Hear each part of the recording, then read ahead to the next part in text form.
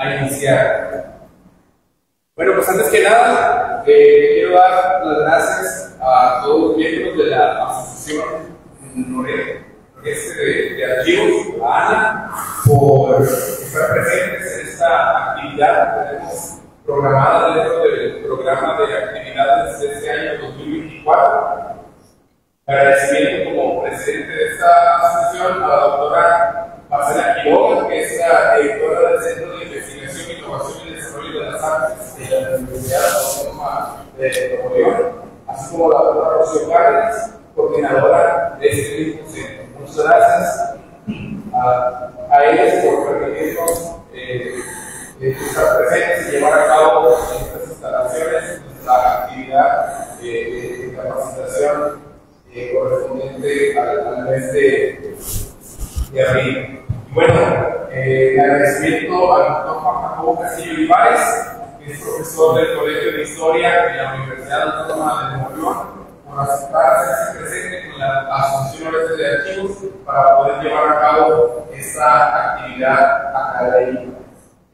También a las 9 instituciones que están haciéndose presentes por conducto de sus representantes, sumándose de manera presencial 21 asistentes de estas 9 archivos miembros de la Asociación Noreste de Archivos. Y bueno,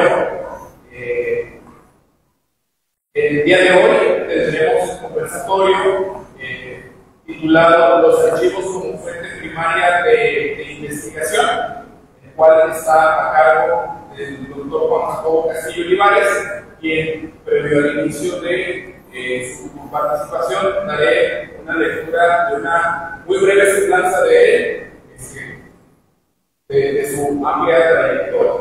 Y él es profesor de tiempo completo del Colegio de Historia de la Universidad Autónoma de Nuevo León.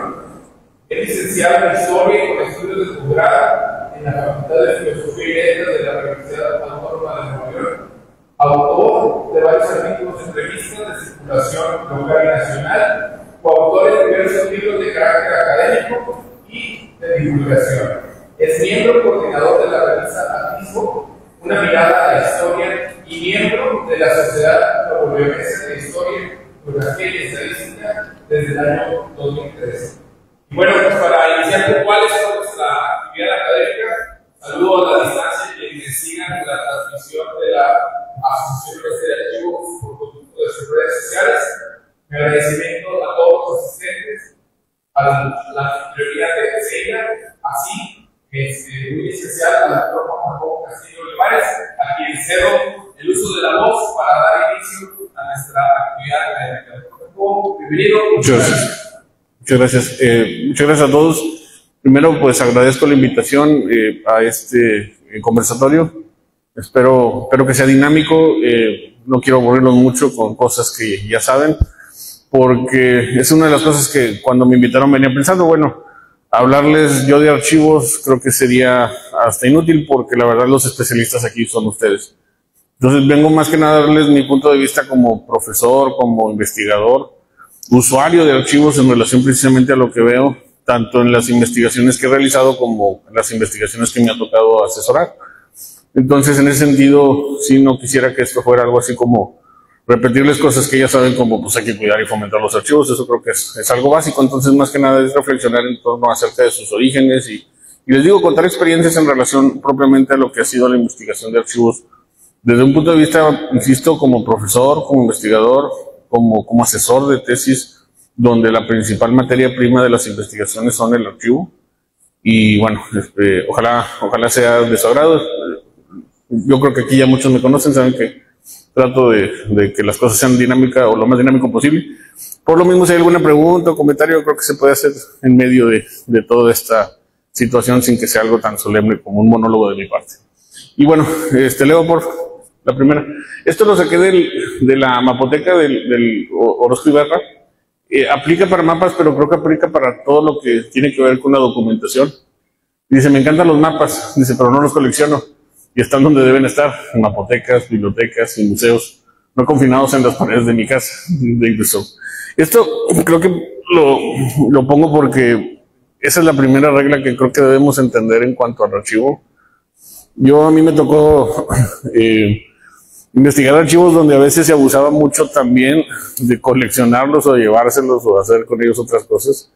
Y pues deben estar en donde deben de estar, sobre todo porque no son herencia de particular, sino es algo que todos debemos tener. Entonces de nada sirve, creo que al final, y esto es más una experiencia personal, no es algo que trate yo de exhortar, de que los archivos son lugares precisamente para eso, ¿no? Ya entenderemos ahorita, ¿se escucha?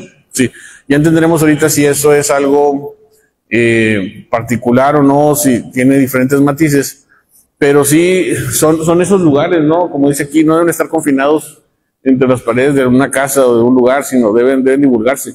Y cuando se refiere a eso, no se refiere solamente al hecho de que deben de estar guardados, sino al hecho de que debe haber un fomento, una divulgación al respecto a los mismos.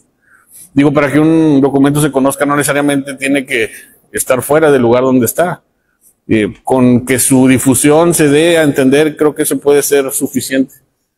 Leo por ahí, sí.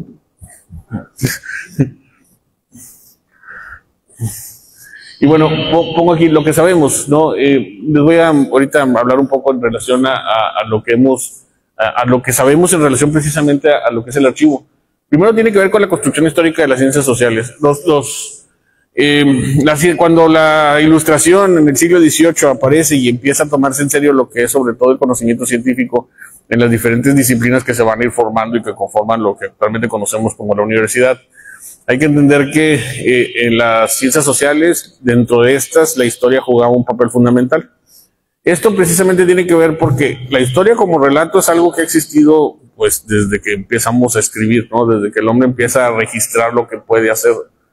Pero una cosa es hablar de la historia como relato y otra cosa es hablar de la historia como una disciplina de la cual buscamos precisamente obtener o acercarnos a una verdad histórica o tratar precisamente de llegar a conclusiones donde nos pueda ayudar sobre todo a entender nuestra realidad social.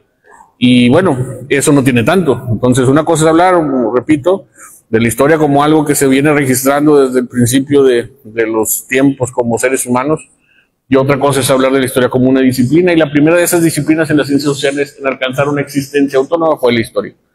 Porque después viene la economía y la política y las leyes, pero es la historia la que principalmente empieza. ¿Y por qué empieza la historia principalmente a ser una disciplina dentro de las ciencias sociales y empieza a notarse distinto? Bueno, porque en el siglo XIX esta nueva disciplina de la historia ponía énfasis riguroso en lo que ocurrió en la realidad.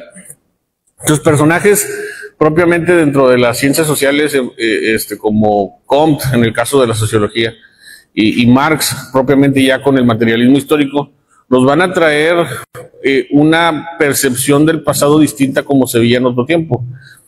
¿A qué me refiero? Que por lo general solamente se trataba de recurrir al pasado tratando de contar lo que se consideraba importante o a quienes se consideraban importantes.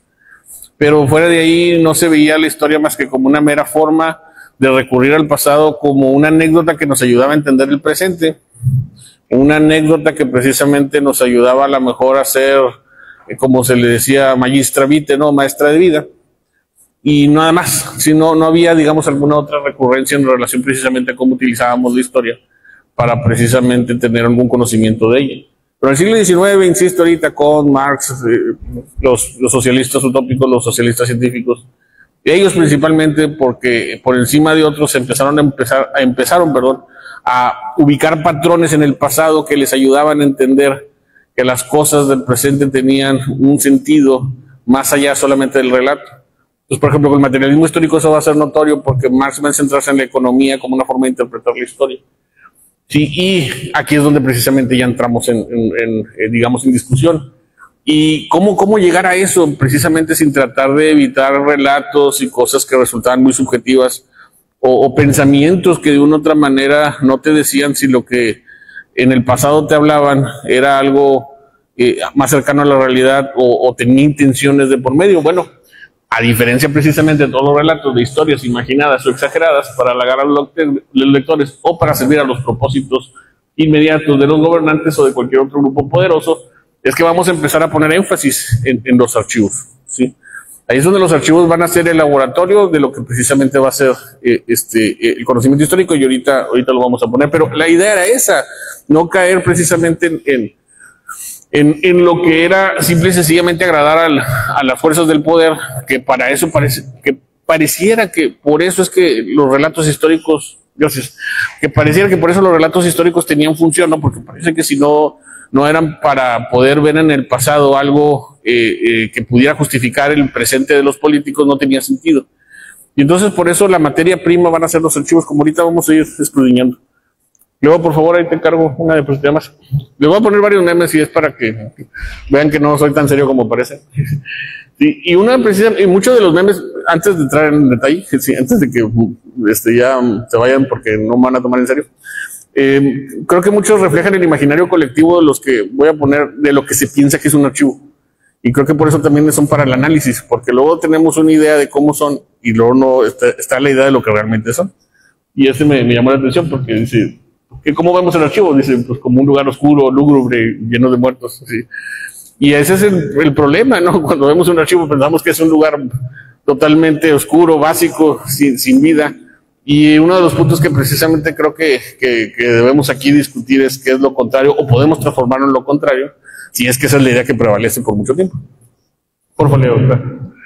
Bueno, y precisamente viene esta idea del laboratorio de la historia. Eso lo tomo de Wallerstein, que mucho de lo que acabo de mencionar precisamente viene del libro Pensando las ciencias sociales de Immanuel Wallerstein, quien decía, y leo, el historiador, al igual que el científico natural, no debía hallar sus datos en escritos anteriores, la biblioteca o el lugar de lectura, o en sus propios procesos de pensamiento, el estudio o lugar de reflexión, sino más bien en un lugar donde se podían reunir, almacenar, controlar y manipular datos exteriores. El laboratorio, que es el archivo, que son los lugares de investigación. Wallerstein, que de hecho tiene algunos añitos que falleció, él es de los que precisamente veía la historia como una de esas ciencias sociales que va a influir en otras ciencias sociales. ¿Sí? Por ejemplo, en la economía, en la política. Y él hablaba de esto que me parece bien interesante, ¿no? Mientras en el pasado veíamos a las bibliotecas o los lugares de lectura como aquellos lugares para reflexionar, él decía, no. Y sobre todo porque si queríamos empatar el desarrollo científico con precisamente el desarrollo el científico, sobre todo las ciencias naturales, con el desarrollo científico, las ciencias sociales, así como ellos tenían sus laboratorios y lugares precisamente para trabajar, nosotros también necesitábamos el nuestro. Y en ese sentido menciona el historiador, su laboratorio, aquel lugar precisamente donde trabaja, aquel donde obtiene resultados y busca precisamente acercarse a la verdad más objetiva posible, es el archivo. Sí. Y me gusta esta idea porque, insisto, creo que también es una idea que no creo que les esté cambiando el mundo en relación a cómo lo piensan, porque así lo es. Digo, veo a muchos de aquí, conocidos, amigos, que sé que trabajan en archivos y sé que para ustedes eso es el archivo, un laboratorio, ¿sí? Un laboratorio donde buscan, encuentran información, la procesan, tratan de llegar a una verdad. Claro, una de las cosas ahorita vamos a hablar es que no es ya actualmente, como en algún momento creo que se pensaba, la única fuente de conocimiento histórico, pero sigue siendo básico, ¿sí? Sigue siendo primario, como por ahí lo pusimos en el título de nuestra conferencia, ¿no? No sé si vamos bien en eso. Leo, por favor. Y luego está Peter Burke, que también me gusta esta definición que él menciona en relación a los archivos. Dice, según el paradigma tradicional, la historia debería basarse en documentos. Uno de los mayores logros de Rank fue su exposición de las limitaciones de las fuentes narrativas, llamémosle crónicas, y su insistencia en la necesidad de basar la historia escrita en documentos oficiales procedentes en los gobiernos y conservados en los archivos. Los registros oficiales expresan por lo general el punto de vista oficial. Para construir las actitudes de herejes y rebeldes, tales registros requieren el complemento de otras clases de fuentes. Y aquí es donde precisamente viene lo interesante. La labor de archivo, o conforme precisamente tenemos que avanzar en relación a ello, ya tenemos a Wallerstein diciendo, bueno, ese es nuestro laboratorio. Pero así como no podemos simple y sencillamente en un laboratorio depender de las, digamos, resultados que puedan obtenerse ahí, sino de un conocimiento previo para poder llegar al mismo, lo mismo pasa precisamente con los archivos. Llegar a un archivo, creo, sobre todo desde el punto de vista como profesor, debe ser un punto ya donde uno tiene conocimiento para poder procesar lo que ahí vamos a encontrar. O sea, no podemos llegar simplemente a un archivo esperando ahí encontrar la información y ya con eso realizar una investigación, ¿sí? Como dice aquí, antes de llegar ahí, sí, tenemos que ser herejes y rebeldes, ¿sí? No ver al documento y al archivo como el absoluto documento que nos va a representar la información que buscamos, ¿sí? Y en ese sentido, precisamente, esto es algo que voy a repetir mucho a lo largo de la plática. El archivo es al final un complemento importante dentro de la investigación histórica, sí uno muy importante, sí uno que es base, pero al final tiene que venir acompañado de teorías, formas de pensamiento que nos ayuden a entender lo que vamos a ver, porque uno de los problemas que menciona Peter Burke, por ejemplo, a lo largo de su obra, si ubican a este historiador, es alguien que fascinante en relación precisamente a cómo nos ha ayudado a entender los historiadores la historia. Él decía que el problema, por ejemplo, cuando habla del Renacimiento, es que el Renacimiento, por ejemplo, es una etapa donde se ha creado un imaginario donde todos los hombres del Renacimiento son superpoderosos, eran intelectuales, científicos y demás. Y dice Peter Burke, al final eran hombres que venían saliendo de la Edad Media y no eran tan sabios como se piensa, que habían creado la piedra filosofal que transformaba el plomo en oro y cosas por el estilo. Y él decía, y el problema está en que los leemos tal cual de quienes son sus admiradores, que son los ilustrados del siglo XVIII. Entonces Peter Burke decía, ese es el problema cuando vemos historia y cuando vemos archivos. No podemos simple y sencillamente confiar en lo que estamos leyendo, sino tenemos que medir lo que estamos viendo en relación precisamente a los documentos. Por favor, un más. Y aquí es donde precisamente aparece esta idea de fuentes primarias y secundarias. Me era complicado esto.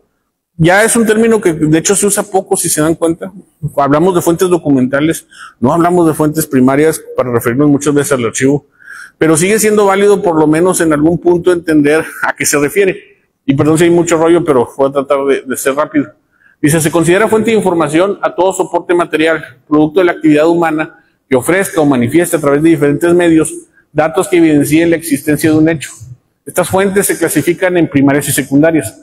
Las fuentes primarias son la base de la investigación histórica, ya que estén directamente relacionadas con los hechos y fundamenten el significado de este, en el contexto donde surgieron. Estos pueden ser testigos oculares, testimonio real, autobiografía, actas, leyes, constituciones, informes oficiales, archivos presentados en forma escrita y protagónica y mecánica, datos considerados por las iglesias como actas de bautismo y casamiento, cartas, archivos pictóricos y restos o vestigios del pasado, tales como edificios, instalaciones, muebles, enseres, vestimentas, utensilios, joyas, fósiles y esqueletos, etc. Si se dan cuenta, no solamente son los documentos lo que precisamente habla de fuentes primarias, sino todo aquello que nos dé información. Por eso insisto que este término ya siento que va como que pasando a otro nivel, porque ya en ese sentido incluso hasta lo que se consideran fuentes secundarias son parte de lo que nos da información histórica. Sí, pero aún así es válido, creo que entender que las fuentes primarias son aquellos elementos que simple y sencillamente nos reflejan un conocimiento histórico, pero todavía no tienen una interpretación o algo que precisamente nos dé información más allá de lo que estamos viendo empíricamente en muchos casos. Pero si se fijan, hablando de la definición de fuentes primarias, y sobre todo aquí a los compañeros que trabajan en el archivo, lo que prevalecen son documentos de archivo.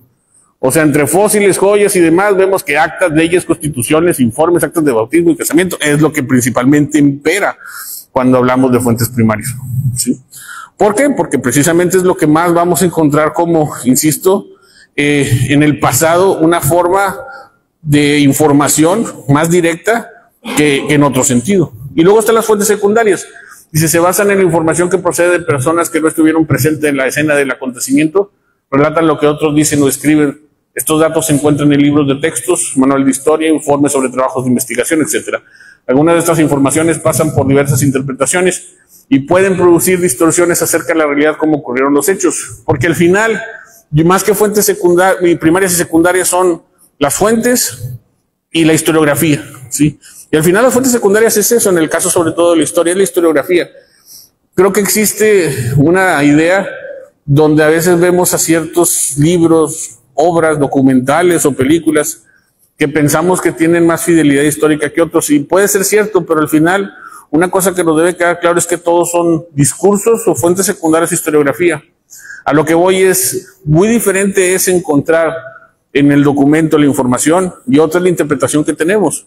Y al final lo que prevalecen son interpretaciones. Yo les digo a mis alumnos, cuando les pongo ejemplo una película, primero entiendan algo, les digo, una película, cualquiera que sea, no es información fidedigna, porque ni siquiera los libros a veces lo son. En el sentido precisamente de que así como hay películas que sobrepasan la ficción en función de la realidad, también a veces lo hay con autores.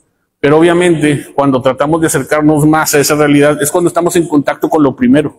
Si cuando lo primero, que son las fuentes primarias, está alejado de lo segundo, entonces ahí sí obtenemos fuentes de información que son dudosas, sí, que no sabemos exactamente cómo son. Y ahí es la diferencia entre los historiadores que precisamente pueden usar archivos y no, porque existe el gran debate, que ahorita también hablaremos de ello, entre, bueno, es importante y necesario leer,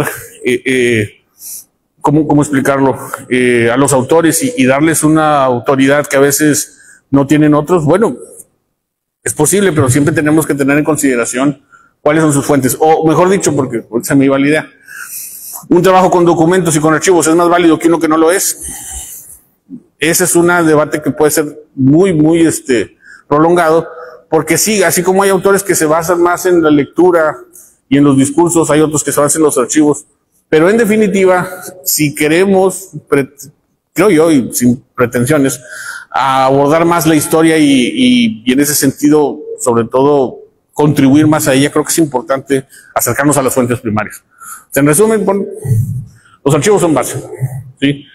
Y esta idea de que estamos así como que lejos de la luz del sol y todos nada más enclaustrados, tanto archivistas como historiadores, es otra idea que si se fijan prevalece. Entre todos los memes que empezaba a encontrar, les digo, iba a poner nada más uno, pero finalmente puse varios. Prevalece esta idea, ¿no? La idea de que parece que trabajamos en una cueva todos y ahí metidos algunos a lo mejor están diciendo, pues sí, ¿no? Y algunos otros diciendo, no es para tanto. Sí, yo creo que el punto precisamente de ver esto es cómo a veces la información en relación o la imagen que tenemos del archivista y del historiador, que parece que no nos gusta la gente y que nada más nos estamos en documentos y demás. Es cierto, es un trabajo solitario, es un trabajo que muchas veces lo pasas con documentos, se te olvida que tienes vida. Pero al final es solamente una idea, ¿no? Y por eso lo pongo, insisto, más que por tratar de fomentarlo, por contrariarlo. Yo sé que hay buenos ejemplos de cómo hay ahorita archivos que están dando ese otro paso y otro nivel, a dejar de ser esto, a ser dinámicos, funcionales, sí, a tener precisamente una vida más allá de solamente estar enfocado en los archivos. Bueno, es el archivo fuente primaria, a mí me faltó cerrarlo. La materia primaria de la investigación histórica son los testimonios del pasado humano, documentos, manuscritos o impresos, monumentos, vestigios materiales, imágenes, grabaciones de radio y filmográficas, y todo tipo de registro que el investigador pueda obtener información acerca de la vida y la actividad de los seres humanos que nos han precedido. Yo creo que sí, pero tampoco hay que entender que es todo, ¿no? Lo pongo precisamente en relación a todo lo demás que nos puede ayudar, pero aquí es donde también entramos en ese detalle. Así como hay archivos que parece que solamente se dedican a guardar fuentes de información escrita, hay archivos que también se vuelven multifuncionales, ¿no? Y así como guardan manuscritos, también grabaciones, películas, fotografías. Y yo sé que en el interior muchos de ustedes han de decir, sí, ese es mi caso, porque parece que el archivo no nada más se convierte entonces en un lugar donde guarda documentos históricos, sino todo lo viejo. Y sobre todo cuando hablamos, creo que de la administración pública, que en mi experiencia es lo que me ha tocado ver, eso es a donde mandan todo lo que, como que un gobierno no entiende, ¿no? Ah, sí, mándalo ahí, sí, pero al cabo ahí está el historiador y se va a encargar de ahí. Y luego manda diciendo, sí, eso me pasa en Cadereyta. Sí, ¿no? Y el problema es ese, ¿no? Eso puede ser bueno o malo. ¿En qué sentido puede ser positivo o negativo? Puede ser positivo porque es cierto. Los archivos pueden convertirse en ese lugar donde todo lo que es histórico puede ser resguardado, pero por otra parte también ahí se demuestra cómo pensamos que todo lo que es histórico se va de un solo lado, y lo cierto es que así como hay archivos, hay fonotecas, hay videotecas, hay cinetecas, no sé si me explico, no todo tiene que ser el archivo histórico el lugar donde todo se resguarda, y a eso a veces hacerlo entender a otros niveles es complicado, ¿no? Porque luego les dices, oye, es que sí soy el archivo, pero no tengo las condiciones para guardar fotografías o películas. Sí, por ejemplo, allá veo al compañero Carlos, que está Roberto Lara en FEMSA, y es una de las cosas que más me platica, ¿no? ¿Cuántas películas no tienen? Me has dicho. ¿Cuántos? Y son el archivo, pero tienen de todo, no nada más documentos. Tienen publicidad, tienen botellas, ¿sí? Y dices tú, bueno, ¿en qué punto eso es positivo, insisto, porque pues, resguardamos cosas interesantes, pero también es como que una falta de atención a entender que no todo va en un solo lugar, ¿sí? No todo vas a meterlo en una sola caja porque se dice que es histórico. No sé si me estoy dando a entender. Y también hasta qué punto tenemos que prepararnos entonces para no nada más ser especialistas en conservar, divulgar archivos, sino también otro tipo de materiales, donde a lo mejor nuestro conocimiento ahí no llega tanto. En el caso sobre todo, por ejemplo, insisto, de fonotecas, donde tienen cassettes, audios, que ya para a lo mejor reproducirlos no en materiales actuales no es muy viable. Insisto, cosas que yo he discutido a lo largo de mi carrera y que la experiencia precisamente de los compañeros me han comentado. Ya ven, por ejemplo, ahorita pasamos de los documentos a lo digital, y luego en algún momento pensamos que los discos eran buenos y ahorita ya no, porque esto se degrada más rápido que el papel, y ahorita estamos en la época donde todo lo mandamos a discos duros. Hasta qué punto eso va a seguir siendo funcional.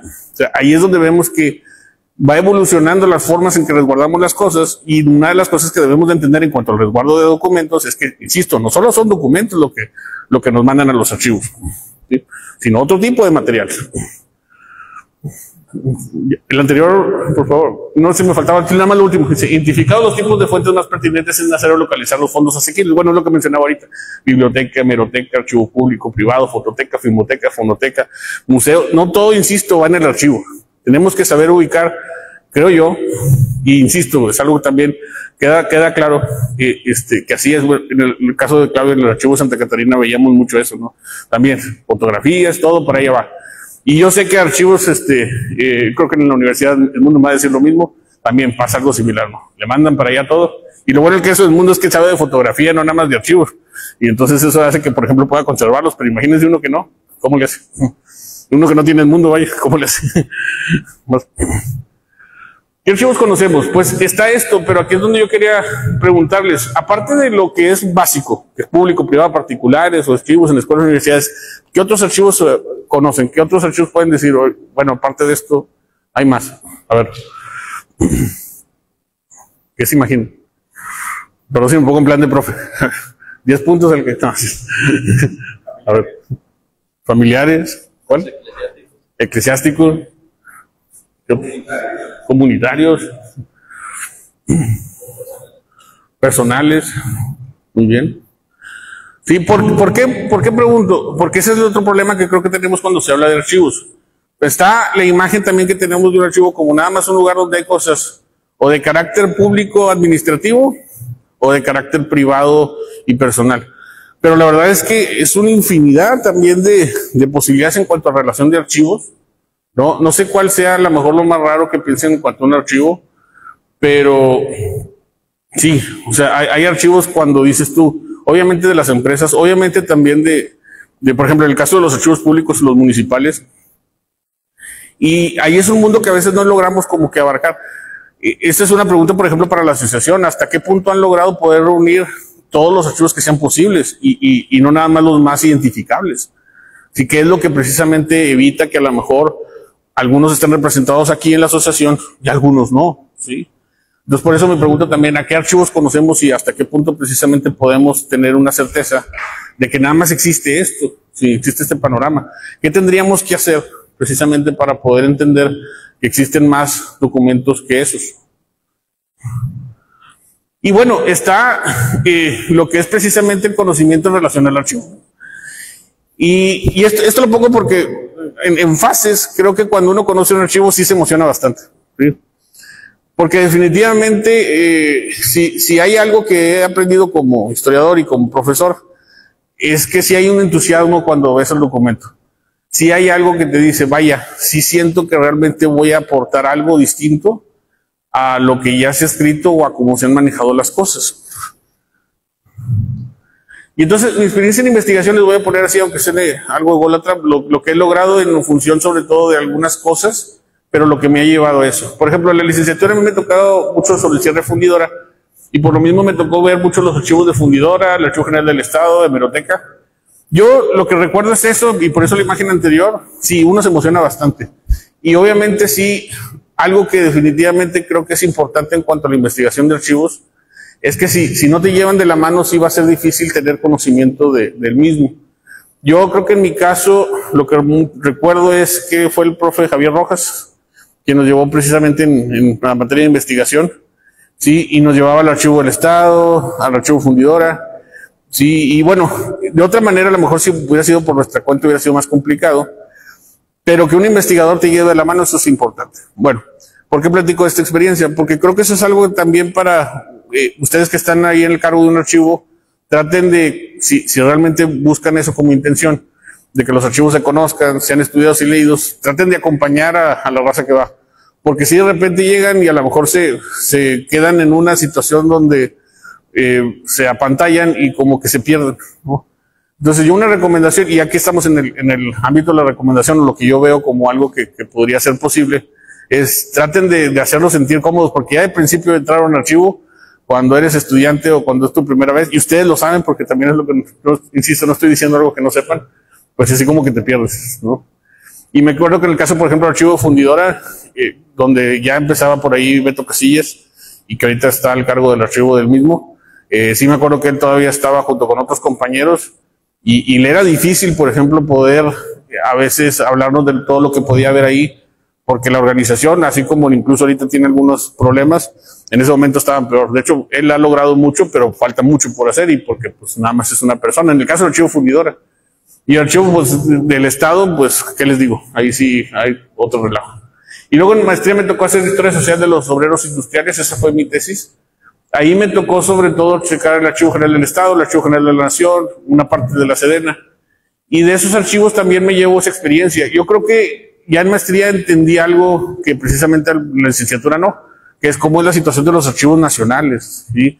Y cómo precisamente algunos archivos, uno va al archivo aquí local y piensa, bueno, así son todos, pero hay algunos que tienen unas restricciones muy complicadas, y hay algunos que incluso más todavía. Si han ido al archivo de la Sedena, si han tenido oportunidad, es algo increíble en relación precisamente a cómo tienes un soldado todo el tiempo vigilándote, te piden un montón de credenciales, te encierran en un cuarto, nada más te dan exactamente lo que les pediste con tiempo en un oficio, y ahí es donde te das cuenta que no todos los archivos son como que ir con alguien y decirle, oye, sí, así, aquí con Vero y decirle, oye, ¿me das la caja que siempre hace? ¿Cómo no? No.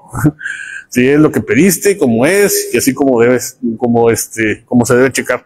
Entonces eso es algo que sí aprendí, y ahí es donde te das cuenta, bueno, pues es que sí, en la Sedena tienen información que consideran crucial, y por consecuencia entonces el manejo de los archivos es distinto. Pero ahí es donde también te preguntas hasta qué punto todos los archivos deben ser manejados con esa prioridad, o hasta qué punto pueden también ser flexibles, en función también de que sientes que por un lado es bueno que tengan un control, que es bueno que tengan restricción, pero también a veces te cohíbe en relación a lo que quieres investigar. Insisto, ahí estamos hablando de algo más profundo, algo más complejo, como pues es que no todos los archivos van a querer mostrar lo que tú quieres, y a veces tienes que trabajar con lo que precisamente se puede. Y eso estoy consciente, y creo que debemos estar conscientes, sobre todo cuando estamos ante un archivo, ya sea de carácter público o privado, que tiene información, que ellos mismos ponen restricciones por X o Y, pero que al final son restricciones que debemos respetar, pues tampoco debemos ponernos en un lado de hacer lo que nosotros queramos, ¿sí? Y en el doctorado me tocó la historia de la industria textil en Nuevo León. Ahí siento que fue, no retroceder, sino ir a una experiencia mucho más pequeña, que fue el Archivo Municipal de Santa Catarina, el archivo histórico. Y ahí también experimenté el lado contrario a los grandes archivos, ¿sí? En el caso, por ejemplo, del archivo municipal, afortunadamente hay un orden y una historia de otros compañeros que antes estuvieron ahí, que lograron precisamente traerle un buen inventario. Pero sabemos que eso no es el caso de todos los archivos municipales, ¿sí? Y en ese sentido es una cosa que también con mis alumnos he logrado ver, ¿no? Yo les digo, pues, piensas que el archivo de Santa Catarina es igual al de San Pedro o a ser igual al de San Nicolás, y ahí es donde las cosas ya se vuelven distintas, porque ellos mismos te van contando experiencias, y eso es mucho lo que estoy hablando ahorita, experiencias más que nada, donde te mencionan, sí, profe, pero por lo menos ahí está abierto, acá no me dejan consultar. Eso es algo que yo sé que han estado discutiendo, porque también afortunadamente me ha tocado estar presente en muchas de las discusiones que tienen aquí en la ANA, cuando precisamente se formaba con César allá en el Centro Eugenio Garzazada. Y me acuerdo que entre los congresos que se hablaban de lo que era la futura ley de archivos era eso, o sea, hasta qué punto tenemos que homogenizar esa situación, donde parece que en papel y en principio ahorita lo es, pero ahí es donde te das cuenta que no siempre es así, que parecen cacicazgos o no sé cómo llamarlo, situaciones donde el control lo tienen ciertos intereses y entonces no prospera. Por favor. Y bueno, al final por eso la imagen que contrasta, ¿no? El archivo te hace feliz al principio, pero ya después, pues ya no tanto. Y eso tiene que ver en función de que uno entra con expectativas, insisto. Pero esas expectativas con el tiempo se van volviendo más difíciles cuando precisamente te das cuenta, y eso es algo que con mis alumnos noto. Les encargas un proyecto de investigación y ellos imaginan o idean qué van a encontrar en el archivo. Y luego ya cuando van al archivo, sí, se dan cuenta de que, pues esto no existe, esto no estaba o esto está restringido. Sí, y entonces por eso insisto, no debemos crear imaginarios en función precisamente de lo que vamos a encontrar. Y debemos estar conscientes del archivo al que vamos. Sí, porque podemos tener una opinión en relación a lo que puede mostrarse o lo que no. Sí. Pero al final tenemos que respetar las reglas que están ahí. Y aquí ya estoy hablando yo precisamente como usuario, ¿no? En función precisamente de lo que ustedes reciben todo el tiempo. Y a veces te llegan, ¿no? Con ideas, oye, pues, quiero ver el acta de fundación de Monterrey, que es la típica, ¿no? Y les dices, pues es que ni nosotros sabemos, oye. Y esas son las cosas que por eso debemos estar aterrizados en función de los archivos y lo que podemos mostrar. Lo que se puede mostrar. La consulta. Yo en cuanto a la consulta pongo aquí también una serie de experiencias que creo que son importantes. En cuanto a los horarios, por ejemplo, uno de los grandes problemas que tenemos en el Colegio de Historia, creo que aquí todos los que somos regresados del colegio lo sabemos, es que a veces no coinciden los horarios, ¿no?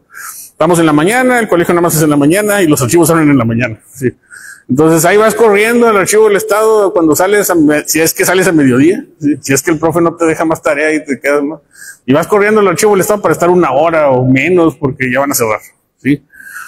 Creo, no sé, insisto, aquí a lo mejor ya estoy siendo ingenuo, pero sí deberíamos ponernos de acuerdo, por ejemplo, en el caso del colegio, que es algo que no hemos logrado, no sé, que los archivos, o en este caso el colegio, compartan las horas o empaten precisamente para poder tener una mayor apertura. Porque al final lo que viene pasando con esto, y por eso lo pongo hasta el principio, es que entonces muchos trabajos de investigación ya se vienen realizando en etapas finales de la carrera. Porque es cuando ya pueden ir los chavos al archivo, ¿sí?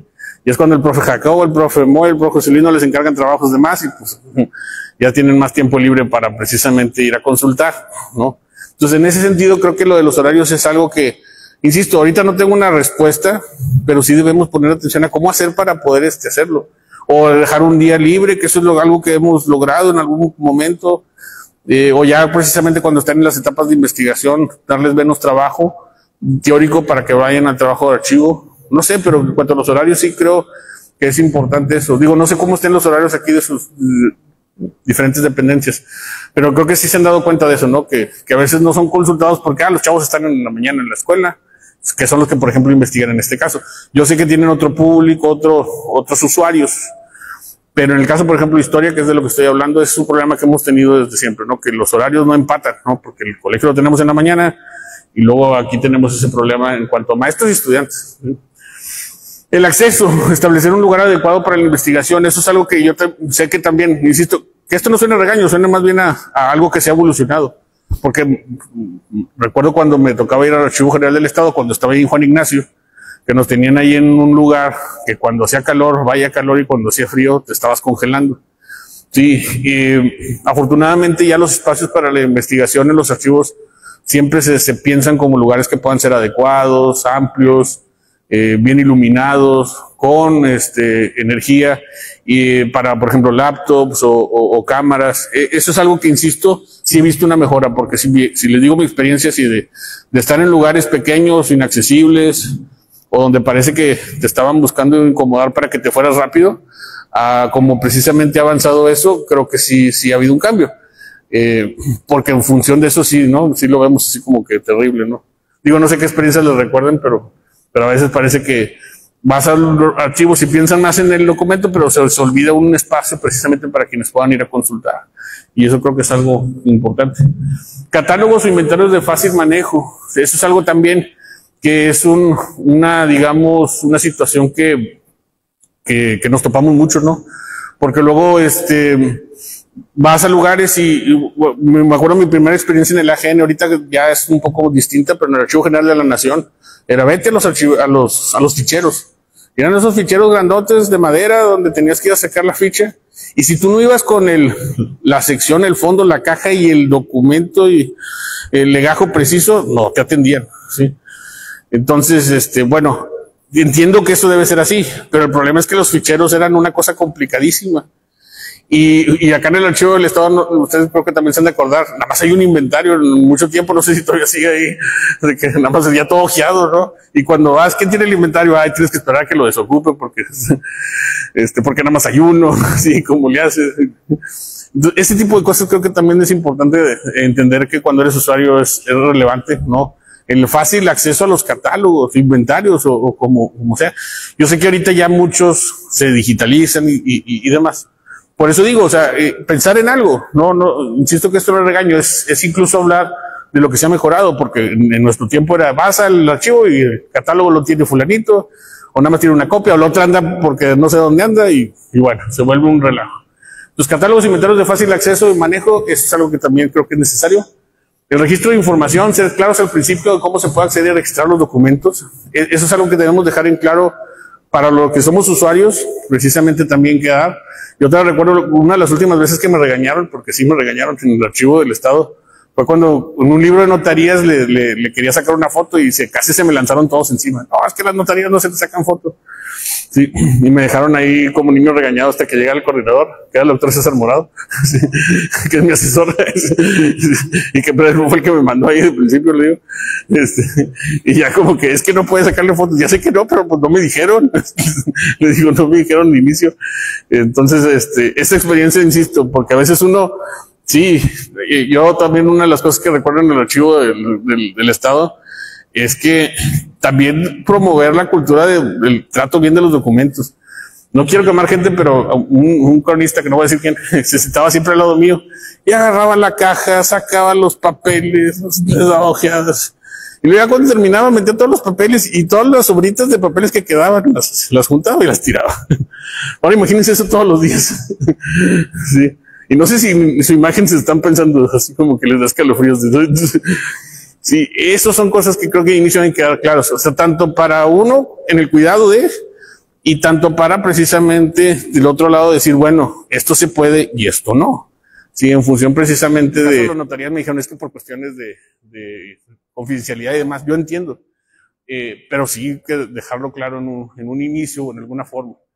Y bueno, eso por un lado. Materiales, guantes de algodón, cubrebocas, cámaras, tablets, laptops, hojas, lápices, también dejarlo claro, porque yo sé que esto es, antes estamos post pandemia, pero antes de la pandemia ya no teníamos claro que nosotros teníamos que sobrevivir porque ya usábamos estas cosas, ¿sí? Y me acuerdo, por ejemplo, el caso del Archivo General de la Nación, nada más te permitían entrar con papel, o sea, con hojas y lápices, ¿sí? El Archivo General de la Nación, eso era, no, ¿qué les gusta? Fue en el 2009, por ahí 2008. Ahorita precisamente ya ha cambiado porque, bueno, ya te permiten cámara, laptops, claro, hay que registrar, pero sí eran claros en función de eso. Y todo esto de los materiales también ser estrictos, porque sí, a veces sí me ha tocado que, bueno, pues es que es conocido, déjalo.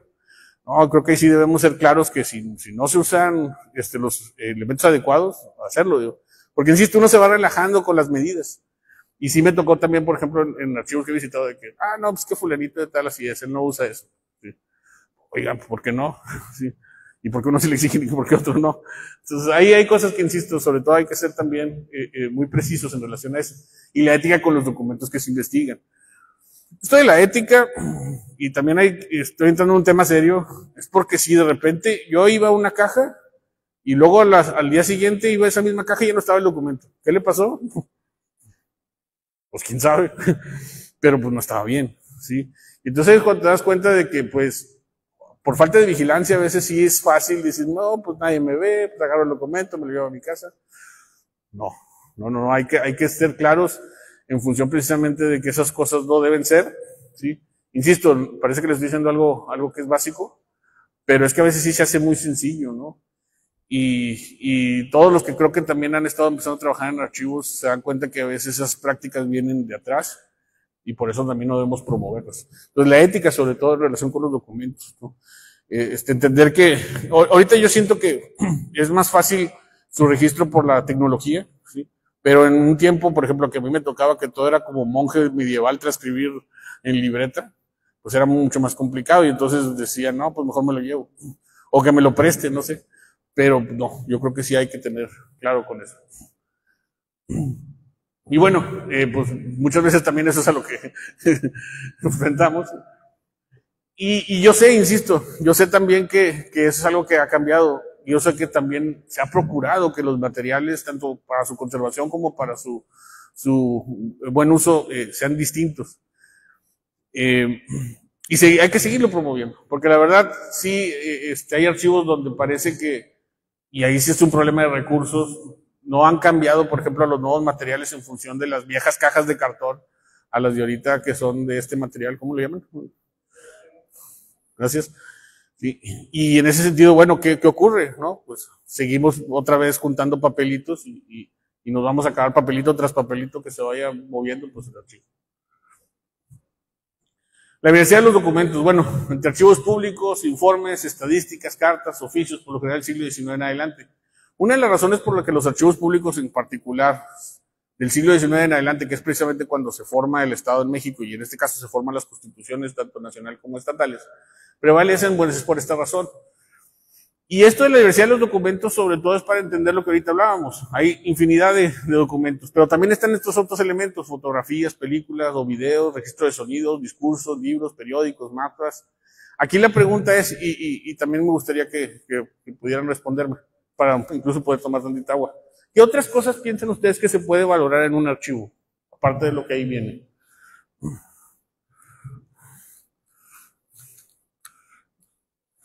A ver. O dicen, eso ya es todo.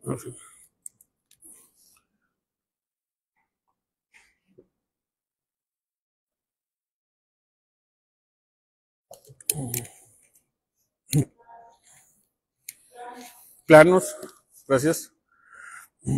Sí.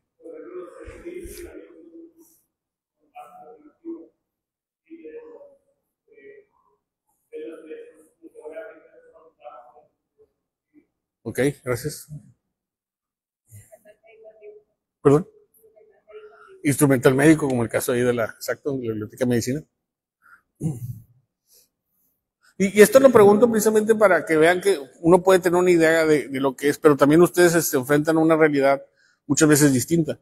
O sea, ahí es donde te das cuenta, pues no todo es solamente hablar, solamente ver los documentos que ya de per se tenemos como imagen, sino otras cosas que al final vamos resguardando, porque al final, insisto, eso es lo que ocurre. Y les digo, y lo mencionaba ahorita y lo repito, pero para no caer precisamente en un ciclo. Puede ser bueno y puede ser malo, porque es bueno, dices tú, que las cosas estén resguardadas, pero también te das cuenta que es necesario también tener un conocimiento específico para cosas que no son solamente documentos, para cosas que pueden ser equipo médico, para cosas que pueden ser planos, para otros aspectos por ahí. Por favor, Leo, que sí. Y esto también es algo, bueno, esto va acompañado de lo que ahorita hablaba, ¿no? Del problema de los catálogos. Que luego pues vas y luego no encuentras esto. Esto, por ejemplo, sí ocurrió mucho, y no me van a mentir, quienes hemos trabajado en investigaciones del Archivo General del Estado, cuando se cambió de lugar, sí ibas ya con conocimiento de que había un fondo, y luego ya cuando estaba que pasó de ir de la macro a fundidora, ya no estaba, o no sabemos dónde estaba. Sí, esto ocurrió, sí, más de lo que parece. Por favor, Leo. ¿Otro? Experiencia en archivos asesorando tesis. Ahí, por favor, otra vez. Uno más. Aquí más o menos, bueno, esto, sí. ¿Qué es lo que pensamos cuando vamos a entrar la carrera? ¿No? ¿Sí? Pensamos que vamos a hacer algo así como que intelectuales hablando en televisión, haciendo documentales. Vamos a ser profesores que a todo el mundo nos van a querer. Pero al final lo que vamos a terminar haciendo es esto que está aquí abajo. Sí. Y esto lo pongo precisamente porque esa es una de las cosas como que no contemplamos dentro de romantizar el trabajo del historiador. Y al final, por más terrible que pueda parecer, tiene cosas positivas. Leo, por favor, la que sigue. Estas son algunas tesis que me ha tocado asesorar. Y de todas he aprendido bastante. Yo siempre lo he dicho, más que aprender propiamente de ellos aprender de mí, yo creo que he aprendido mucho de ellos. Sobre todo porque muchos de estos trabajos de investigación, la naturaleza de los archivos ha sido distinta, infinita, ¿sí? Por ahí yo creo que reconocen algunos compañeros, ¿no? Por ejemplo, la tesis de Rodrigo sobre el puente San Luisito. Esa tesis fue muy interesante porque Una cosa que empezó tratando de hablar sobre el mercado que había debajo del puente del Papa se transformó en toda una tesis en relación a la construcción de este puente que fue en su tiempo una maravilla en el gobierno de Reyes. Está la de Felipe en relación precisamente al porvenir. Por ejemplo, ahí también el uso en este caso de la hemeroteca.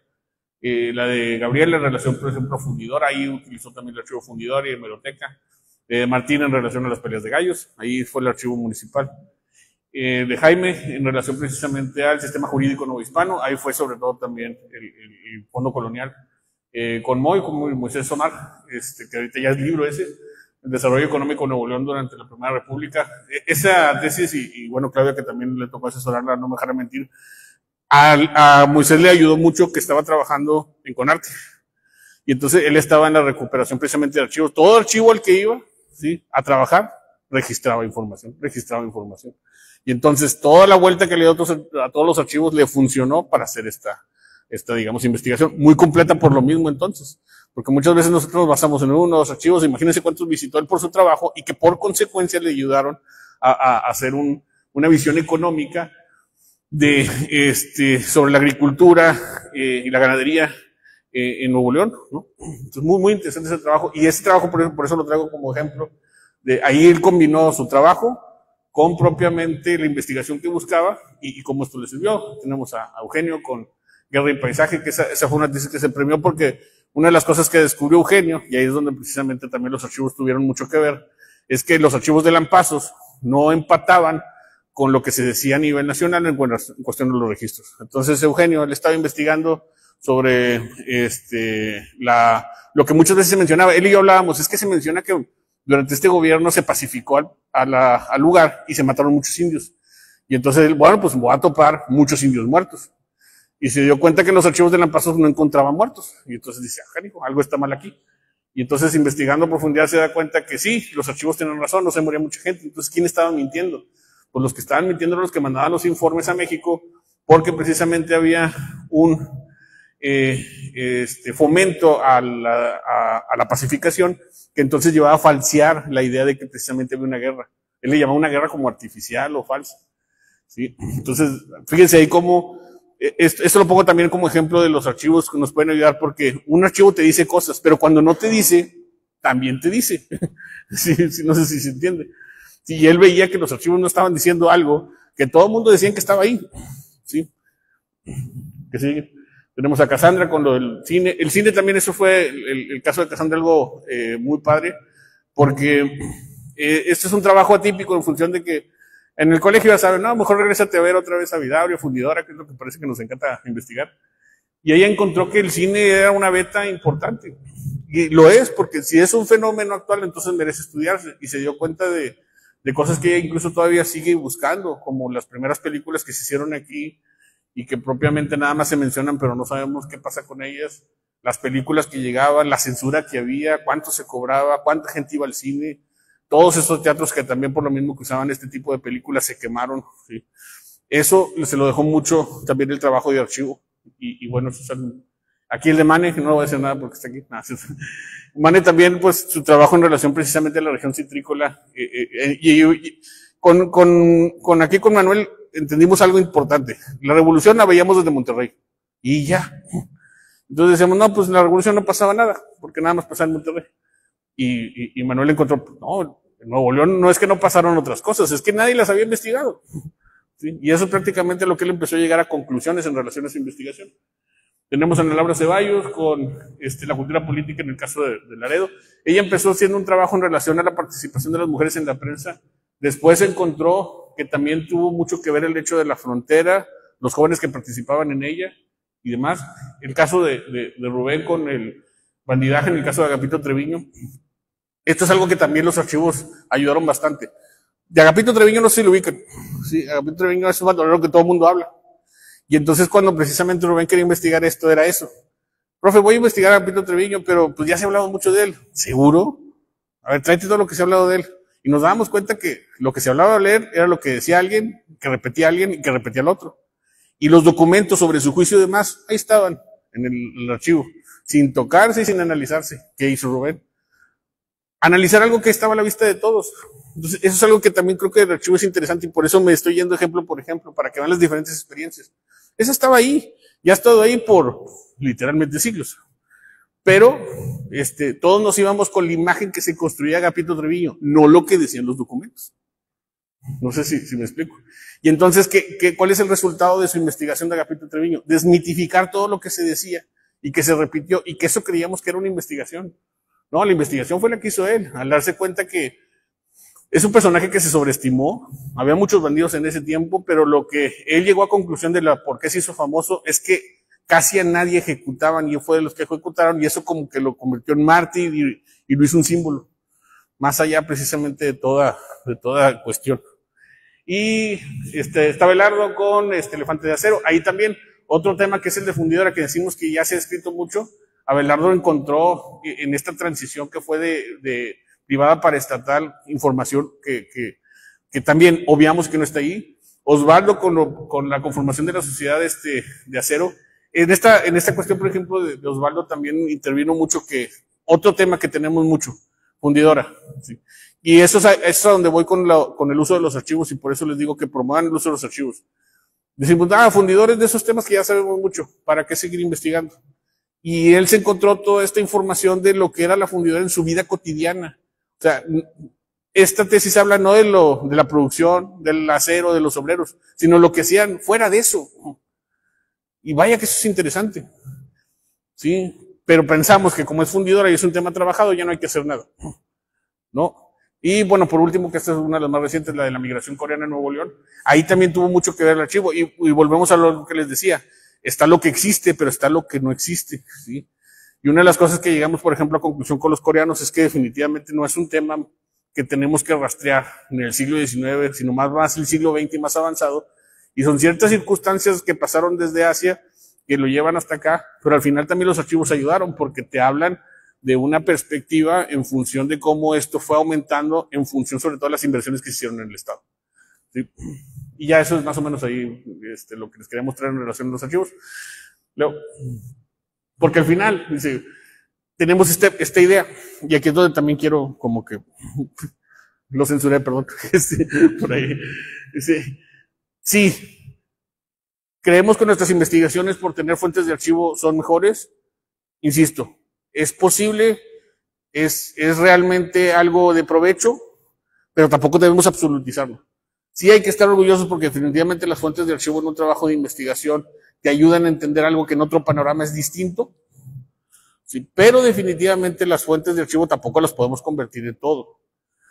Pero sí hay algo que motiva a los estudiantes, que cuando su trabajo tiene fuentes de archivo definitivamente lo ve distinto, ¿no? Entonces no me quiero poner en un lado muy relativo, pero es que definitivamente aquí debe serlo.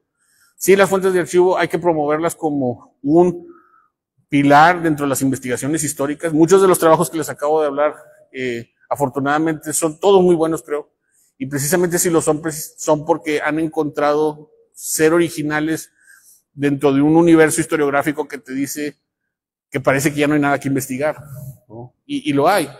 Y yo creo que si hacemos porcentajes, cada quien en su respectivo archivo de cuántos ha investigado, no pasamos del 10% en todos. Estoy casi seguro porque falta mucho trabajo historiográfico por hacer, ¿sí? En función precisamente de lo que se tiene de información.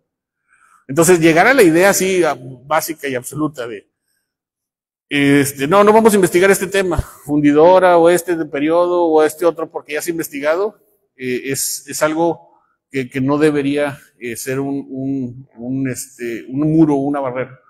Consideraciones en todo lo que acabo de mencionar en relación sobre todo a lo de los estudiantes. El archivo más utilizado por los tesistas es el archivo del Estado, seguido del Municipal de Monterrey y otros archivos municipales y archivos particulares.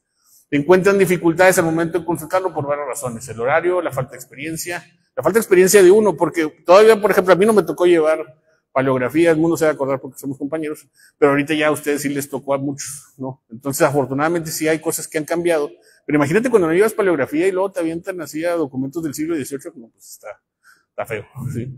Entonces, a eso me refiero con la falta de experiencia, la falta de práctica en la paleografía, no tener herramientas suficientes en muchos casos. Eso a veces también cuando eres estudiante y apenas si tienes para la comida en la cafetería, pues imagínense. ¿Sí? Estas son dificultades varias que al final se presentan. El trabajo de investigación en archivo motiva a los tesistas por ser trabajos originales que aportan el conocimiento histórico.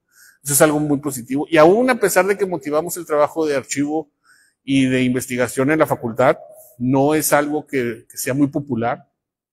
Eso yo lo entiendo. Por lo general, las tesis de licenciatura en historia son el primer paso para futuras investigaciones. Sin embargo, muchos de estos trabajos han sido reconocidos y premiados, lo cual demuestra la importancia del trabajo de archivo. Sí, y nos ha tocado que exponemos los trabajos de investigación que hacen los chavos y nos dicen, oigan, estos trabajos son de otro nivel. Y eso demuestra la importancia de los archivos también. ¿Sí? Son importantes, son reconocidos por la Academia Nacional y a veces local y nacional, porque precisamente están sustentados bajo información que de otra manera no podría igualarse, ¿no? Entonces ahí es donde yo veo el provecho. Entonces, ¿qué considero en general? Que sí hay que motivar el trabajo en archivo, en el caso, por ejemplo, los estudiantes de historia, a quienes me podría decir ahorita represento, y a los profesores, porque derivado de eso, la calidad de los trabajos y lo que se ha hecho es muy positiva. Sobre todo si vemos que antes de ello, sí, antes precisamente de esta, podríamos decir, ha habido una marea importante en los últimos 10, 15, 20 años de trabajos de investigación histórica, pero antes de eso sí estaba muy escasa y teníamos las aportaciones de no menospreciadas, pero de los profesores e investigadores de siempre. Y ahorita se refutan o se confirman o vienen cosas originales que, repito, gracias a los archivos históricos es que podemos tener mayor conocimiento. ¿Sí? Y aquí el problema es ¿no? Pensamos que también el archivo es así como que toda esa investigación, y por eso aquí les digo, la pauta es, y la pausa es para decirles, sí es importante, pero también es importante la lectura de la filosofía, la teoría, ¿no? No hay que tampoco descargarnos todo el archivo.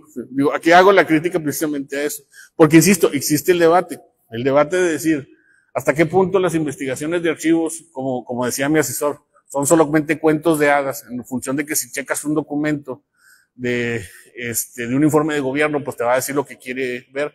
Si nada más lo ves de esa manera, sí. Es por eso que es importante entonces la lectura y la reflexión y la teoría. Eso es lo que va a hacer que el documento te hable, ¿sí? En vez de tú analizarlo. No sé si se entiende esa analogía, en el sentido que muchas veces esperamos que el documento nos diga todo. La teoría, ¿sí? Las bases teóricas de nuestro trabajo, que también son relevantes, van a hacer que el documento, más que hablarte, tú lo cuestiones y tú interpretes y veas más allá de lo básico, de lo explícito, de lo que está evidente. Así como la espada de augurio, ¿se acuerdan los que vieron los Thundercats? No, ya estoy muy viejo. Ok. Comentar el trabajo de archivo. Ya voy finalizando. El trabajo de archivo se ha vuelto más dinámico y así debe seguir. Yo, la verdad, soy optimista. ¿Sí? Precisamente, ¿saben por qué? Porque veo a muchos aquí y lo que han hecho es admirarse.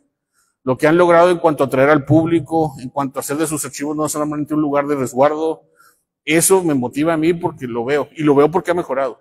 ¿Sí? Si no estaría diciendo lo contrario, no es por quedar bien, pero es que es notable. Es notable lo que se ha hecho en medicina, en Cadereyta, lo que se hizo en Santa Catarina, lo que se está haciendo en la universidad. Es notable, porque vengo yo de ser estudiante en los 2000 y ver todo lo caótico que era. Entonces sí, es cuando dices tú, híjole, me hubiera gustado que cuando era estudiante las cosas estuvieran como están ahorita. ¿Se pueden mejorar? Claro, pero sí he visto realmente una mejoría importante en el manejo de archivos. Motivando a investigar los acervos y dándolos a conocer. Eso es algo que también, a lo mejor ahí sí nos falta, y para eso precisamente tenemos que hacer más trabajo de difusión, más ponernos en contacto con lo que es la forma en que podemos acercarnos a los estudiantes. Hay que destacar la importancia de los archivos a nivel social y no solo histórico. Eso es algo que nos falta, porque sí, somos como que investigamos y tratamos de crear investigaciones que nos importen. Y no estoy diciendo que las investigaciones que ahorita mostré sean muy particulares, pero como que nos falta darle más promoción social. ¿A qué voy? Todas las investigaciones históricas que creo que se realizan en la facultad, los estudiantes y los tesistas son valiosas, pero no las divulgamos lo suficiente o les damos el valor social que merecen. Y si eso no pasa, porque esta es una cadena y un círculo vicioso, porque si no lo hacemos, si no les damos el valor social, si no decimos, oye, esta tesis del cine es importante para la sociedad regiomontana, entonces los archivos de donde eso salió tampoco van a ser valorados y demás. ¿Cuál es la razón por la que muchas veces nuestros archivos, ya hablando así descabrosamente, no tienen presupuesto, son cerrados o son ignorados? Porque no les ven utilidad, ¿no? Yo lo escuché del gobernador, y perdón si me está escuchando, que dijo, no, pues es que todo lo que iba a hacer el nuevo archivo que se iba y que nos prometieron que iba a ser el del Topo Chico. Dice, no, nada más iban a guardar libros viejos, mejor construir un hospital para niños. Y tiene razón, un hospital es necesario, pero menospreciar de esa manera un archivo es también no entender su importancia, que no es inmediata, ¿sí? No te da resultados fáciles, pero a futuro te explican una sociedad, te dan a entender, ya saben, todo lo que las ciencias sociales nos ayudan a entender. Pero si estamos ante ese menosprecio de que los archivos son solo lugares donde hay libros viejos, ¿sí? Y que nadie aprecia, pues ¿cómo lo vamos a hacer? ¿Sí? Entonces, por eso también la invitación es apreciar lo que son los resultados de los archivos y cómo hacerlo posible con las investigaciones que salen. O sea, las investigaciones que ahorita les mostré, que son unas pocas, son las que a mí me ha tocado cerrar, pero las muchas otras de los profesores y demás que han salido y que nos ayudan a explicar nuestra realidad social, son el mejor producto de fomento, de patrocinio de los archivos. Entonces, por eso también acérquense, ahí les voy a decir algo que también ocurre, ¿no? Acérquense a sus usuarios ya después de que acabaron, ¿sí? Porque luego ya los olvidamos y no regresan, ¿sí? O sea, también ya después para decir, bueno, esto salió de aquí, una parte importante salió de acá. Sí me voy a ir entendiendo. Utilizando redes sociales, ahorita pues es básico. Sí, y yo también sé que lo están haciendo, yo también sé que se está dando el paso, pero creo que podemos hacerlo mejor. Creo que podemos también tener, a lo mejor, esto que se hace en este tipo de pláticas, hacerlas más abiertas, pasarlas precisamente, está ahorita transmitiéndose, ese tipo de cosas que sobre todo puedan manifestar la producción de los archivos. Destacar la importancia de la memoria histórica a nivel público y particular como formadores de identidad, ¿sí? La mejor forma precisamente de entender que es importante resguardar los archivos es entendiendo que es la memoria o público particular, pero al final es la memoria y eso nos ayuda a tener identidad y eso nos ayuda, pues insisto, a entendernos mejor. Y sí, al final es esto. Si alguien nos dice que los archivos históricos son solo papeles viejos, sí, elimínelos del Facebook. No, sí, no permitamos pensar o permitir o promover eso. Conclusiones. En la historia como ciencia, los archivos tienen un papel central. Sí, eso es importante. Y ahorita es cierto, hay otros materiales, formas y fuentes con las que trabajamos, pero sigue siendo el archivo primario. Es debatible si los archivos son la fuente primaria, lo pongo así. Pero sí, una muy relevante y estratégica para el trabajo de investigación. Se ha tenido logros importantes en los últimos años en materia de conservación y ampliación, pero aún así hay archivos que merecen cuidado y presupuesto. Sí, ahí yo sé que no lo voy a decir, que ustedes saben cuáles están a veces en problemas. Hay muchos que afortunadamente se han mejorado, hay otros que se pueden hacer. Las investigaciones producto de los archivos son la mejor forma de demostrar su importancia, que es lo que ahorita explicaba. Si queremos realmente que los archivos denoten importancia, así como yo supongo cuando les dicen, oye, y que les hablen sus jefes, ¿por qué tu archivo es importante tener presupuesto para el próximo año? Pues por esto. Y esto significan las investigaciones y lo que de ahí puede emanar. Una sociedad con memoria es una sociedad con mejor futuro. Eso es algo que me queda claro. Ya por último, creo que nada más son las referencias, Leo. Y los memes que me robé de internet. Eso. Ok, eso es por mi parte todo. Si hay preguntas o quisieran ampliar esto, por favor, háganmelo saber.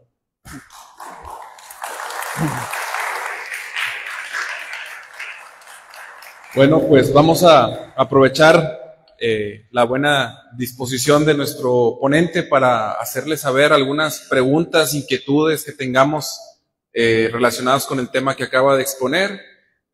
Todos en nuestros archivos pues tenemos inquietudes todos los días. Hace un momento mencionaba sobre las características como fuente primaria.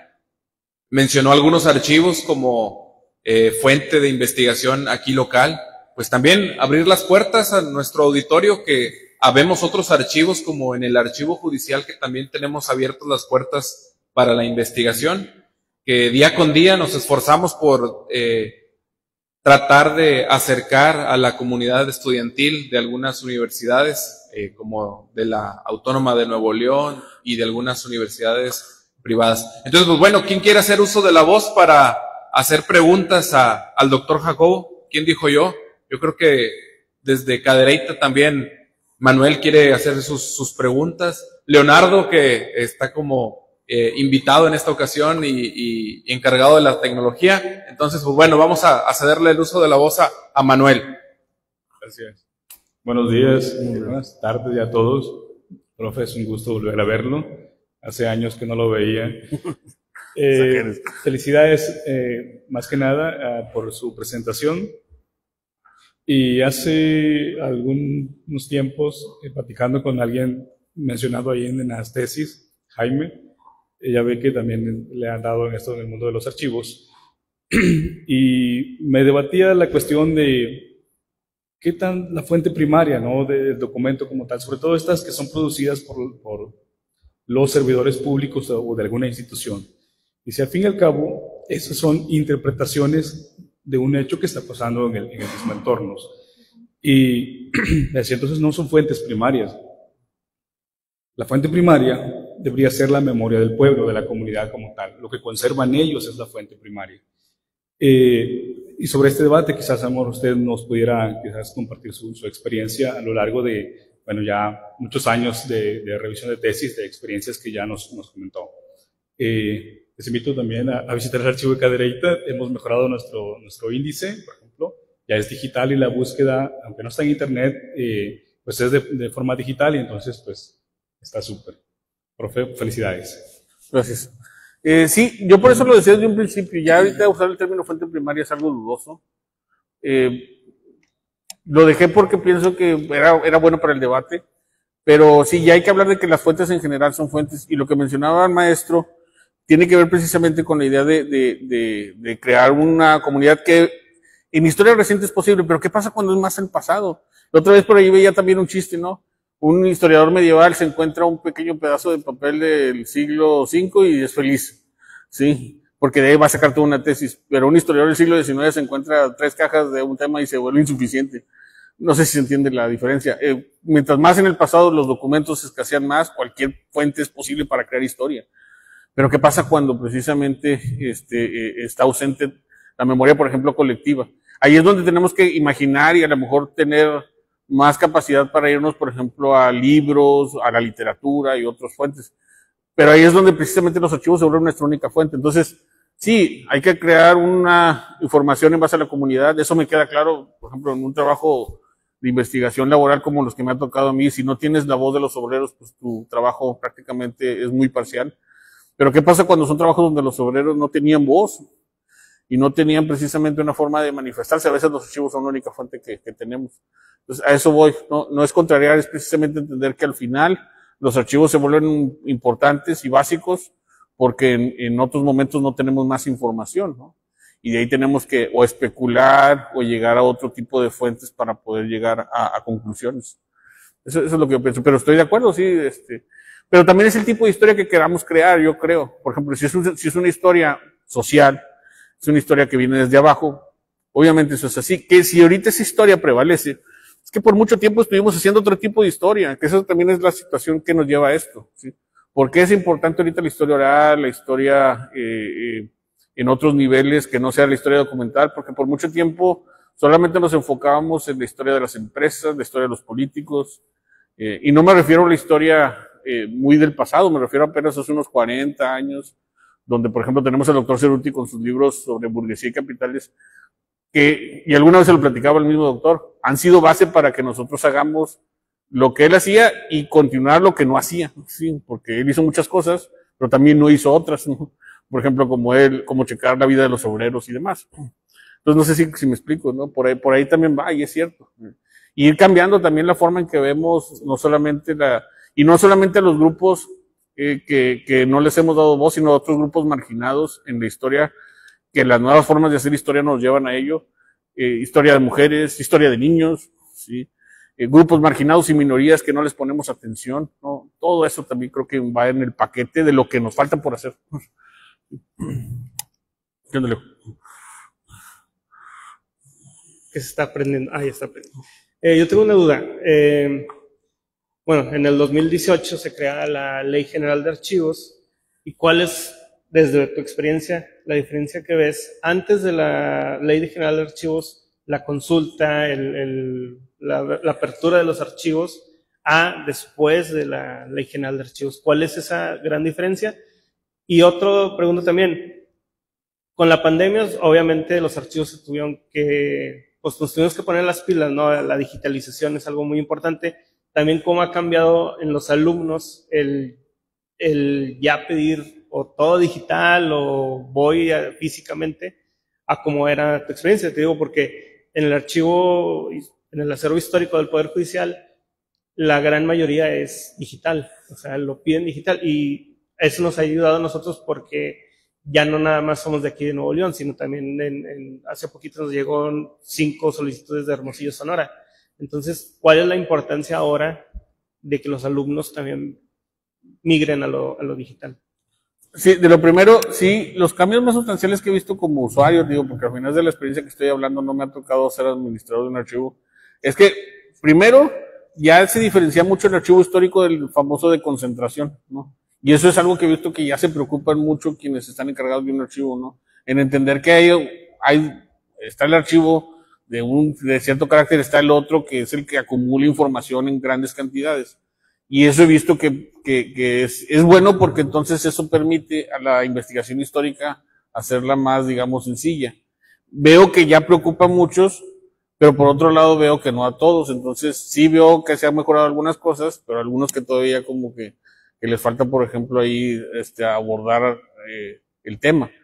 Eso principalmente en cuanto a los archivos. Si ustedes a lo mejor piensan algo más, pues podremos platicarlo, pero es lo que veo, que ya hay una mayor preocupación por cuidarlos. Y no es porque antes no, pero ya con la ley encima ya te obligas a precisamente tratar de hacerlo ahora sí de una manera.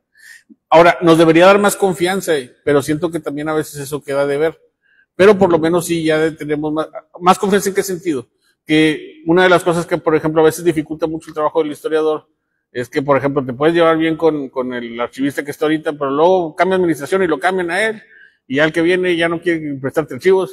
Y eso no debería pasar. O sea, los archivos deberían ser accesibles, porque como ahorita lo dije, para todos, sin importar precisamente quién esté. Entonces creo que eso es algo que la ley de archivos ya ha cambiado positivamente, ¿no? Que no se vea como algo, que es de quien en turno tenga el control, sino que es algo que debe promoverse en general. Y eso que mencionas en función de los, fíjate que sí, de hecho, hemos tenido con la pandemia una baja en las investigaciones, porque precisamente el gran problema que se presenta es que ya no iban archivos. Entonces, los archivos, la digitalización de los mismos y el acceso lo ha permitido que recobremos fuerza en ello, porque sí, de otros tiempos a estar enclaustrados ahí semanas, meses, ahora pues los pides, a veces ni te mueves de tu casa para que te lleguen los documentos o checar las bases digitales, que hay varias ahí. Por ejemplo, la colección digital de la UNI es una belleza, se la han consultado, y está ahí. Y hay libros y documentos originales que se pueden acceder. Ha sido positivo, ¿sí? Aunque, por otro lado, también, insisto, la pandemia generó mucho miedo para asistir a los archivos, entonces, ha sido positivo quienes los han logrado, pero pues no todos lo han logrado. Entonces, ha sido positivo cuando tienes el archivo y quienes lo administran permiten que sea digital y pueda accederse a él de esa forma. Pero los que no, ¿sí? Ahí sí la raza le da miedo, o ya cierran el archivo a cierta hora, o no saben dónde está. Entonces, sí, entonces debería seguirse ese lado, pero ahí es donde vuelvo a lo que ahorita hablaba. Depende mucho entonces de la organización o de las características del archivo para poder cederlo, ¿no? Y si ahorita no mencioné el archivo del Poder Judicial, es porque creo que va apenas en ese camino. Y yo no dudo que en un futuro ya empiecen a salir investigaciones donde vamos a empezar a ver su fuente, ¿no? Vamos a empezar a ver esto del archivo del Poder Judicial. Porque creo que se está haciendo bien el trabajo. O sea, y no lo digo aquí porque seamos amigos, en el caso de Leo, que me ha mostrado lo que se ha hecho. Es porque para eso va. O sea, el buen trabajo de hacer esto accesible va a tener consecuencias positivas a futuro, no lo dudo. Y de hecho sí, ya lo veo cuando un estudiante, me acuerdo que hace un semestre o dos, me mostraba el caso de Niño Fidencio. Donde precisamente se le acusa por malas prácticas médicas y lo querían demandar. Eso me hacía una joya documental que ustedes tienen ahí, y él precisamente de ahí planteaba toda una crítica en relación a cómo puede abordarse una figura del Niño Fidencio desde otro punto de vista, que es ilegal, ¿no? Eso no dudo que en algún tiempo, porque yo le dije, haz una publicación o algo, ya esté por ahí publicado y que tenga el sello del archivo, ¿no? Entonces, eso ahí es donde vamos lo positivo. Pero pues todos podemos hacer eso, todos los archivos pueden hacer eso, es la pregunta, ¿no? Entonces sí sí, los que se pueden, pues seguir haciendo, y los que no, pues fomentar el ir al archivo. Creo que es algo que también es una experiencia, ¿no? Tampoco se trata de, porque alguna vez escuchaba ahí, de respirar el documento y abrazarlo, no, tampoco lleguemos a eso. Pero sí es una experiencia a veces también estar en contacto con un archivo, ¿no? Por eso ahorita lo ponía, ¿no? Es una experiencia que es positiva, pero tampoco romanticemos de que ir al archivo tenga que hacer nada más estar, y si no lo ves, no se trabaja con él. Y bueno, pues ya vimos que el título de este conversatorio hablaba sobre las fuentes primarias. La reflexión que hacía Manuel hace un momento, que la fuente primaria debería de ser considerada desde otro aspecto. La visibilización que estamos teniendo de los archivos, como mencionaba el doctor Jacobo, algunos archivos, y ya también pone como ejemplo lo que estamos haciendo en el propio del Poder Judicial. Y pues bueno, aprovechamos el tiempo en este conversatorio. Si hubiera alguna otra opinión, algún otro comentario, por allá la doctora Claudia, por favor, vamos a cederle también el uso de la voz. Adelante. Gracias. Pues sí, más bien como un par de comentarios. Uno en el sentido de las fuentes, de los documentos en los archivos como fuentes primarias o no fuentes primarias. Creo que dependiendo de la época, por ejemplo, pues es difícil recabar testimonios de personas del siglo XIX, de la colonia, etcétera, ¿no? Pero si encuentras, y si digamos la documentación que está en las instituciones, pues es sobre la institución, ¿no? Lo que produce la institución, lo que genera la institución, lo que hace la institución por la sociedad en la que le tocó, en el periodo que le tocó estar vigente. Pero, por ejemplo, si tomas un archivo o vas a visitar un archivo municipal, un archivo del Estado, un archivo de alguna institución, y en el caso preciso de un municipio, que encuentras que piden permiso para realizar una fiesta de determinada forma, etcétera.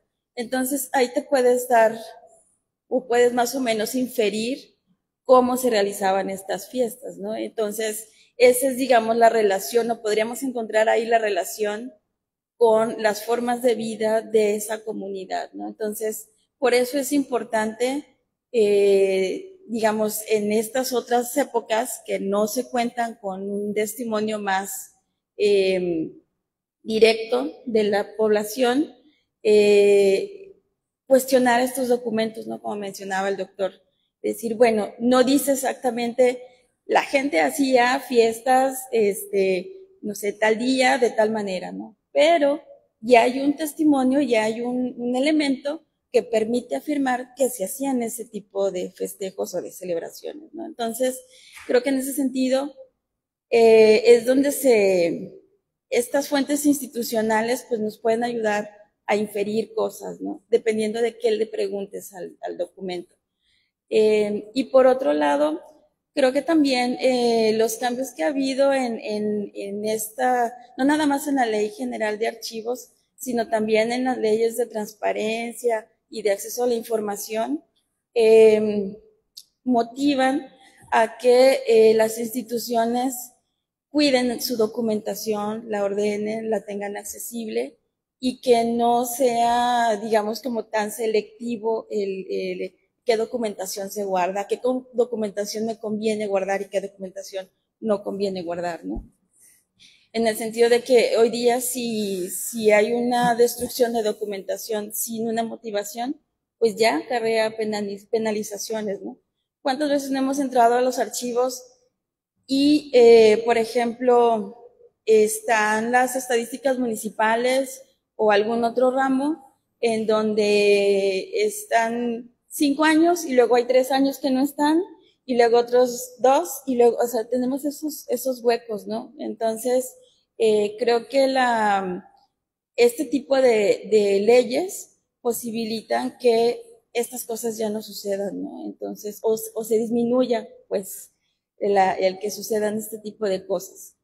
Y además, pues, permite que otras instituciones se preocupen también por hacer accesibles esos archivos, no solamente, digamos, a los usuarios directos de esa información, sino a la población en general, ¿no? Y a otro tipo de investigadores. Entonces, creo que en ese sentido hay avances, hay muchas cosas que mejorar y que implementar de esas legislaciones, pero bueno, las instituciones van avanzando, creo, en ese sentido, ¿no? Gracias. Muchas gracias, doctora. Bueno, yo veo dentro de los miembros asociados de la Asociación Noreste de Archivos, una institución que colabora constantemente también como miembro activo, como muchos lo hacen, pero Info Nuevo León, pues también su archivo se ha hecho presente constantemente con nuestra asociación. Y ahorita que hablábamos, por ejemplo, Manuel de su archivo en Cadereyta, que dice, pues yo ya tengo mi catálogo y está disponible para consulta, yo creo que aprovechemos estos foros para dar a conocer a nuestra comunidad archivística local y regional, pues quienes tienen también esas posibilidades de consulta. Y me gustaría preguntar al licenciado Samuel de Info Nuevo León si en su archivo, en donde están resguardados los documentos de este organismo, pudiéramos también realizar algo de investigación para motivar a la comunidad archivística a la visita con ellos también. Hola, gracias. Bueno, primero felicitarlo, doctor. Muy interesante todos los temas que trató. La verdad es que uno aprende mucho con los historiadores. Cada vez que platicamos con los historiadores que hemos tenido oportunidad de conocer, la verdad, uno aprende bastante. Y comentarles que sí, que el archivo está a su disposición.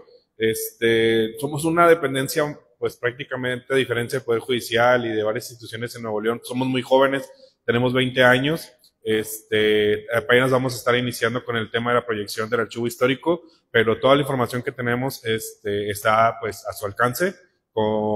Buscaremos los medios, obviamente tenemos la solicitud de información, pero los temas de investigación, claro que podemos apoyar. ¿Qué tipo de documentación tienen, no? Generalmente son recursos de revisión, lo que más tenemos, pero también tenemos tanto temas de capacitación, recientemente tenemos gobierno abierto, que mucha gente por ahí está muy interesada en temas de gobierno abierto, datos personales, todos esos temas que se hacen de investigación, ahí están a su alcance. Ok, gracias. Y una pregunta, por ejemplo, que hago cuando, perdón, sí, interrumpo, que hago cuando voy a un archivo y llevo a mis alumnos, les díganme el documento más raro que tienen.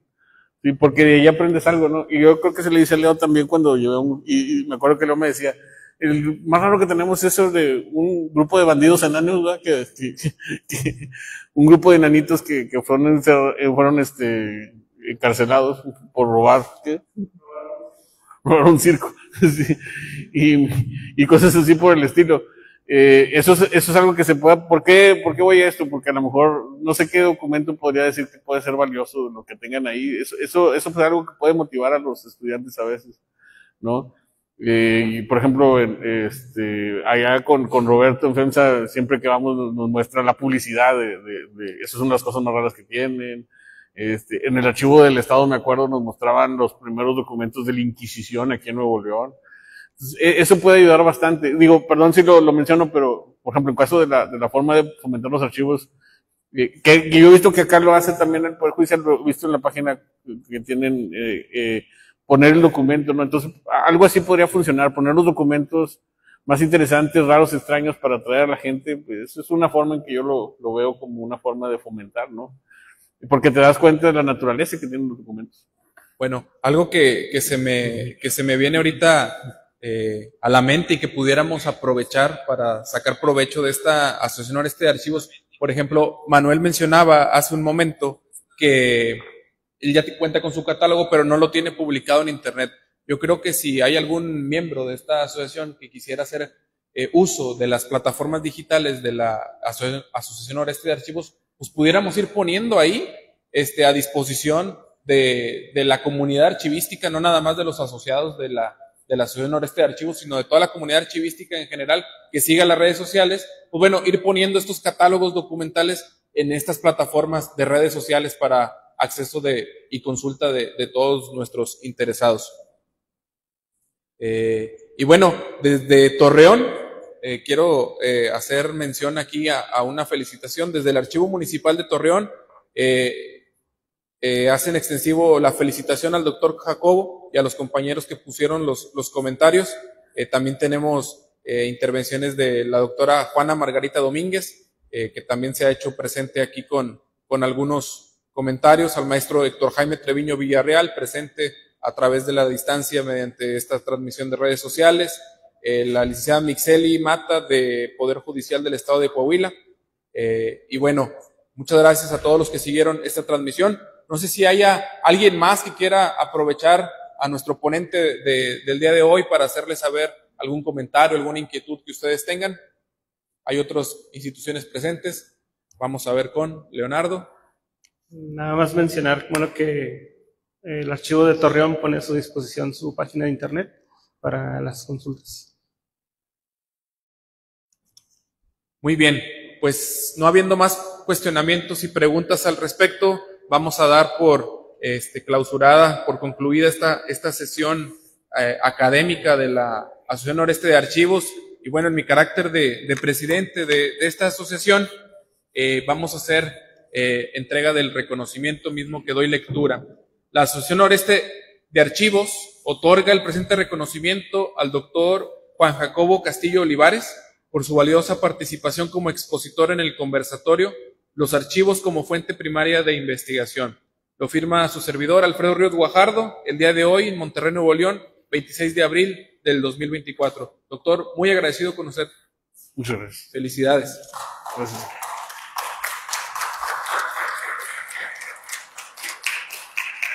Y bueno, aprovechamos también para los anfitriones en este caso para el Centro de Investigación, Innovación y Desarrollo de las Artes de la Universidad Autónoma de Nuevo León, por permitirnos llevar a cabo esta actividad académica aquí en sus instalaciones. Doctora,